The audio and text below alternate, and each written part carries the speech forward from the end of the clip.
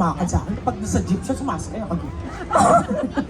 Oh, ano Ang yan? daming sando, Neng. Ba't ang dami mong sando? 16 sando talaga. Para hindi pala halata. Tapos nakaipit ng ganyan. Tapos pagtalikod niya, may nakitang itim doon sa likod. Utong. So, Raulo. eto na kasi boss. Bumaliktad yung uto. Inulit mo talaga. Walang masama.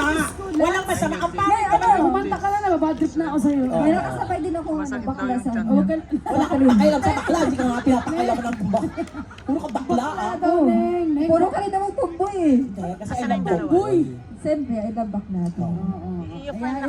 Siyempre yung ayaw ng bakla, gusto ng ano yan, Yung tomboy. ayaw namin, gusto nila. Yung ayaw nila, gusto namin. Kaya nagkakasundo kami. Yes. Mali mo, magkasundo tayo ngayon. After 8 months, may panganay na ako.